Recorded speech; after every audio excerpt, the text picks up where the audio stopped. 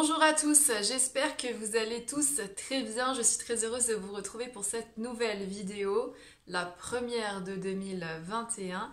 J'en profite donc pour vous souhaiter à tous une merveilleuse année. J'espère qu'elle pourra vous apporter bonheur, joie, santé surtout, et que cette année se passera bien mieux que 2020. Je pense qu'on peut faire que mieux.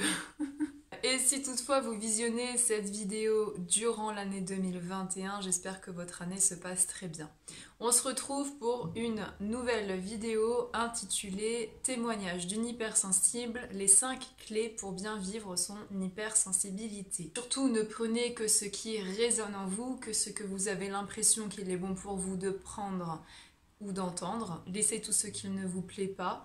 Vous avez également le droit de ne pas être d'accord avec le contenu de cette vidéo, auquel cas c'est ok pour moi.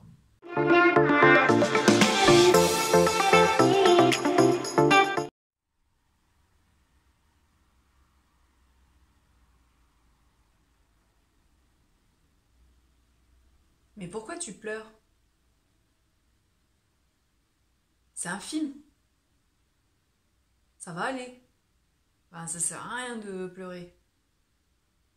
Mais non, c'est pas possible que tu ressentes ce que tu ressens, c'est un acteur. Il est en train de jouer un rôle là.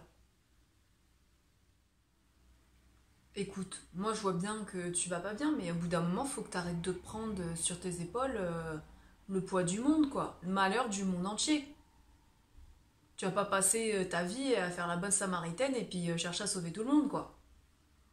Franchement. Tu vois pas des gens que tu t'entoures? Toujours des gens qui ont besoin d'aide.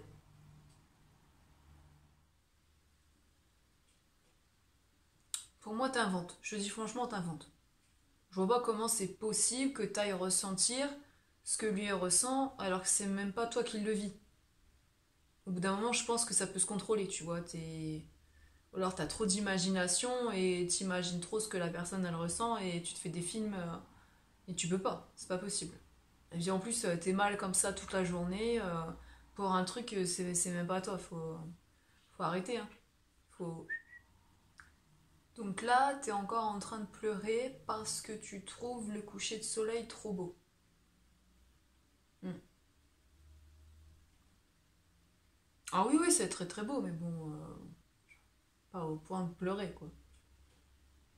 Hmm. C'est triste, hein. C'est triste d'être hypersensible, non?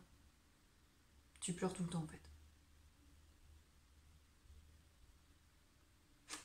J'ai vraiment cette chance de pas être hypersensible, hein.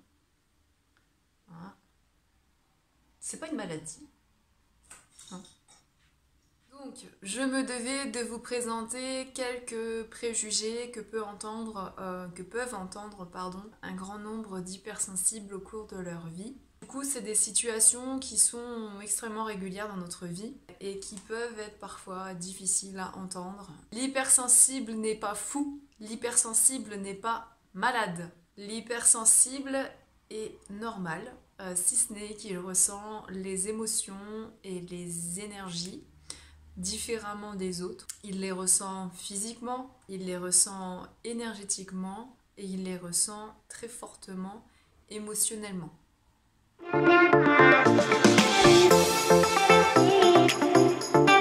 La première des 5 clés, c'est déjà d'accepter son hypersensibilité. Je pense que peut-être la plupart d'entre nous qui sommes hypersensibles, c'est quelque chose qu'on a tendance à rejeter, peut-être au long de notre vie, pour des raisons simples qui sont qu'on ne comprend pas pourquoi on ressent autant d'émotions, pourquoi on ressent les choses aussi profondément. On a du mal à comprendre aussi pourquoi les gens ne ressentent pas les choses comme nous. On se sent du coup parfois très exclu et l'impression de vivre un peu seul dans notre monde. Mais l'hypersensibilité est en fait une belle qualité qu'on apprend à apprivoiser au long de sa vie, mais uniquement à partir du moment où on l'accepte. L'accepter, c'est la première des clés pour réussir à bien la vivre. Il faut accepter aussi que les autres ne soient pas comme nous. Ça nous évite à nous personnellement de nous exclure. Et je pense que tant qu'on la rejette, justement, on la vit très mal. Les émotions, il faut accepter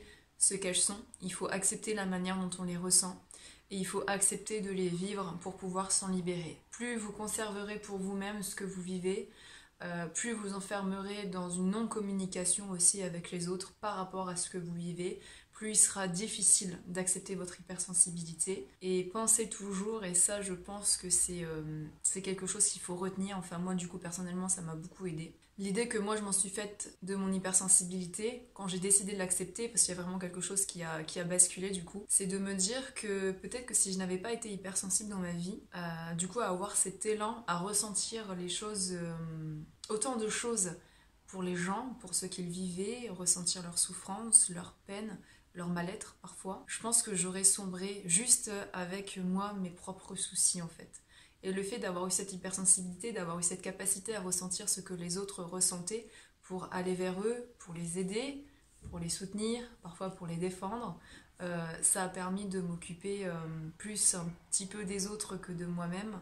Et même si dans d'autres moments ça m'a desservi, autant dans d'autres moments j'en suis très fière parce que ça a permis de dématérialiser un petit peu ma souffrance et de démystifier un peu mon malheur à moi puisque je me disais toujours que du coup il y avait d'autres personnes qui vivaient des choses peut-être pires ou peut-être différentes de ce que moi je vivais. À partir du moment où j'étais capable d'accepter ça et de voir mon hypersensibilité finalement comme quelque chose de positif, parce qu'être hypersensible c'est quelque chose de positif. Certes, on vit des émotions et on a des ressentis puissants et quand c'est dans le négatif, ça fait très très mal, on va pas se mentir. Mais autant quand on vit les choses dans le positif et qu'on ressent des moments de gratitude et de joie et de bonheur, c'est vécu intensément. Ça donne beaucoup d'énergie, plus que ça ne nous fait en perdre et ça fait du bien. Deuxième clé pour moi, et justement on y vient, ça fait un petit peu le continu avec la première clé, c'est apprendre à gérer ses émotions. Alors quand je parle de les gérer, c'est justement de ne pas les refouler et de ne pas les rejeter. Laissez-vous vivre sur le moment ce que vous ressentez. Laissez sortir, évacuer. Vous avez le droit de pleurer, vous avez le droit d'être énervé. Et surtout ne laissez personne vous faire croire que ce que vous ressentez est injustifié. J'ai longtemps entendu dans ma vie personnellement, tu prends les choses trop à cœur, Laura, ou alors mais ce que tu ressens c'est pas possible, c'est trop, c'est n'importe quoi, tu y es pour beaucoup aussi, arrête de porter le malheur du monde sur tes épaules. Enfin voilà, peut-être que ça vous dit quelque chose et que vous aussi vous avez entendu ce genre de choses au long de votre vie, mais ne laissez personne croire que ce que vous ressentez n'est pas justifié, vous ressentez les choses d'une manière différente des autres et c'est pas pour autant que ce n'est pas légitime, bien au contraire. Donc pour bien vivre son hypersensibilité, je pense que la clé de gérer ses émotions est extrêmement importante. Et surtout, ce qu'il faut, c'est ne pas rester prisonnier des émotions que vous ressentez des autres. Je sais que moi personnellement, il m'était déjà arrivé dans ma vie de ressentir par exemple quelqu'un qui rentre de sa journée, qui s'est extrêmement mal passé, et la personne est dans une énergie de fatigue, une énergie de stress, une énergie agacée. Ne devenez surtout pas prisonnier de l'émotion des autres. Prenez la distance avec l'émotion que vous ressentez et cherchez toujours, à savoir si elle vous appartient vraiment. En quel cas, si elle ne vous appartient pas, laissez-la passer, laissez-la partir et ne lui accordez pas plus d'importance qu'elle ne doit en avoir. Parce qu'on a tendance, quand on est hypersensible, à être ce qu'on peut appeler une éponge, même si j'aime pas trop ce terme, parce que c'est un petit peu péjoratif, mais en même temps, quand on regarde ce qui se passe en nous physiquement, intérieurement, et la manière dont on les ressent, c'est vrai que c'est pas totalement faux. Donc toujours prendre de la distance avec les émotions quand elles ne vous appartiennent pas. Et surtout gérer quand il s'agit des vôtres, quand elles vous touchent beaucoup trop, de vous en libérer, de la laisser vivre, de la laisser passer. Il n'y a pas de mal à pleurer, il n'y a pas de mal à s'exprimer, et bien au contraire, je pense que nous, hypersensibles, on ne s'exprime pas suffisamment, et je pense que ça, c'est extrêmement important. Il faut savoir exprimer ses émotions, exprimer ce que l'on ressent. Troisième clé, selon moi, une des plus importantes, mais en même temps, je pense que toutes ces clés sont importantes, l'amour de soi. S'aimer pour un hypersensible, ce doit être une priorité. Attention, on ne parle pas ici de narcissisme, on ne parle pas du trop, bien évidemment, mais L'amour de soi est extrêmement important, puisque chez la plupart des hypersensibles, vu qu'on a facilement tendance à ressentir ce que ressentent les autres, on a du mal parfois à se faire passer en priorité. Et ça, c'est le souci quand on est hypersensible, mais si on veut bien le vivre, il faut être dans un équilibre, même avec soi-même. Donner de l'amour aux autres, du soutien aux autres, de l'aide aux autres, c'est très très très bien. Mais s'aider soi-même, c'est très bien aussi. Se donner de l'amour à soi-même, c'est très très bien aussi. Et c'est même indispensable. Et oser dire non, cher hypersensible. Il n'y a rien de mal à quitter quelque chose qui vous fait du mal, à quitter une relation, à quitter une personne, à oser dire non à un ami, à un membre de la famille, à quelqu'un qui vous demande de l'aide. On a facilité à le culpabiliser quand on dit non à quelqu'un, parce qu'on ne veut pas faire du mal à l'autre personne, parce qu'on ne veut pas ressentir la culpabilité aussi, on va pas se mentir, chez nous c'est une énergie qui est ressentie aussi puissamment qu'on ressent ses émotions, et du coup ça met beaucoup de temps à passer. Quand on dit non à quelqu'un et qu'on se sent coupable d'une certaine manière de l'avoir rejeté, même si dire non n'est pas forcément un rejet, c'est se faire passer en priorité. Il ne faut jamais dire oui à quelqu'un si c'est pour se dire non à soi-même. Et ne cherchez pas à anticiper la culpabilité parce que vous avez peur de la ressentir. La culpabilité, c'est un sentiment qui est infligé par l'ego, du moins je pense, et qui du coup n'est pas nécessaire. On se l'inflige à nous-mêmes parce qu'on a l'impression d'avoir fait quelque chose de honteux, on a manqué à quelque chose. On est souvent, en tant qu'hypersensible, extrêmement exigeant avec soi-même.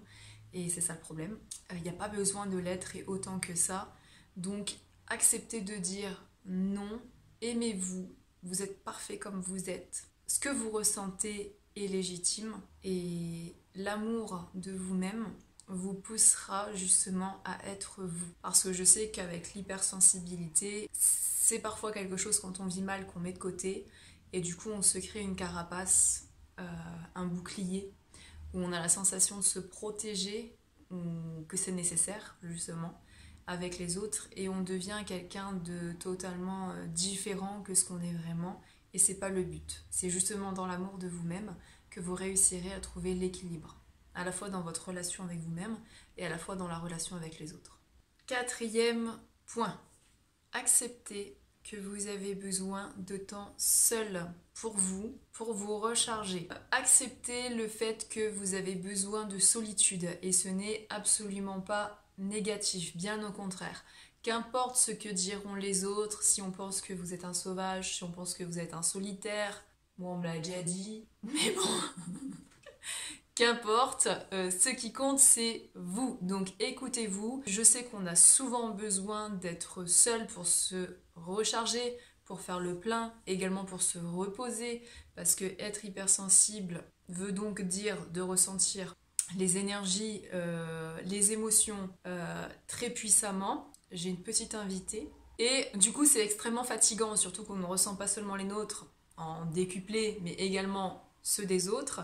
Et du coup, parfois, se couper un petit peu comme ça du monde, d'être chez soi, de lire, de se détendre, de se reposer, de peindre, de créer, de penser à autre chose qu'à tout ce qu'on peut ressentir intérieurement, ça fait énormément de bien et je pense que c'est totalement juste et légitime pour qu'on puisse, nous, en tant qu'hypersensibles, trouver un bel équilibre de vie. Et vous devez réussir à faire accepter, donc avec une bonne communication, c'est très très simple, à votre entourage que parfois vous avez besoin d'être seul. Et cinquième point, selon moi, l'hypersensibilité est précieuse. Elle est précieuse parce que la sensibilité n'est pas une fragilité. Au contraire, je dirais que c'est l'incapacité à rester superficielle. Forcément, quand on ressent tout puissamment, les émotions des autres, les nôtres, etc., on ne sait pas faire semblant. On a besoin de relations profondes, on a besoin de connexions profondes avec les autres. Et quoi de plus beau que cela? On vit quand même dans un monde qui a tendance à subir quand même une violente répression des sentiments, où on ne dit pas ce qu'on pense, où on ne dit pas ce qu'on ressent, où on a toujours ce besoin de se protéger, d'être dans une carapace, de paraître froid. L'ego aussi, je vous invite à voir ma petite vidéo sur rompre avec l'ego qui est présente sur ma chaîne YouTube. Et du coup, vous êtes peut-être l'exemple pour quelqu'un par rapport aux émotions que vous ressentez.